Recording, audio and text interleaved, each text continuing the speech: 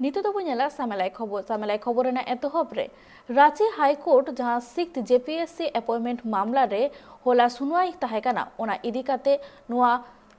सुनवाई रे 326 गोटांग कैंडिडेट को जहां नितुम तहेकाना और रिजल्ट बतिल केदाय और कोर्टा नुआ सुनवाई रे 326 गोटांग कैंडिडेट को पास काते अपॉइंटमेंट को एमालेत को इसमें पेपर 1 का मार्क्स क्वालिफाइंग मार्क्स था, वो उसको टोटल जोड़ दिया गया था और हर पेपर में पास मार्क्स होना अनिवार्यता होनी चाहिए थी, जो कि जेपीएससी ने नहीं पालन करते हुए जो अभ्यर्थी अगर एक पेपर में अगर फेल भी हैं तो एग्रीगेट में उनको ज्यादा मार्क्स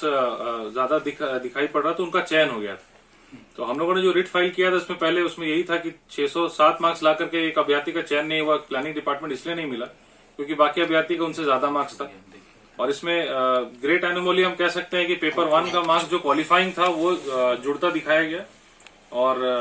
हर पेपर में पास होना अनिवार्यता जो रखी गई थी वो नहीं, जेपीएससी ने पालन नहीं किया, जिसकी वजह से रिट फाइल हुआ था और ऑनरेबल सिंगल जज ने उसको टर्न डाउन किया और डायरेक्शन पास किया था कि अरिंग ऑफिशियल्स के ऊपर भी कार्रवाई हो और बाकी आपके रिवाइज हो, रिजल्ट 326 में जो चयन गलत हुआ उनको रिवाइज हो।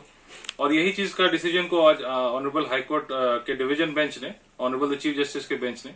ये जजमेंट को अपील किया है और अपील करके जो जजमेंट आया है ऑनरेबल सिंगल जज का उसको अपील करके बरकरार रखा है।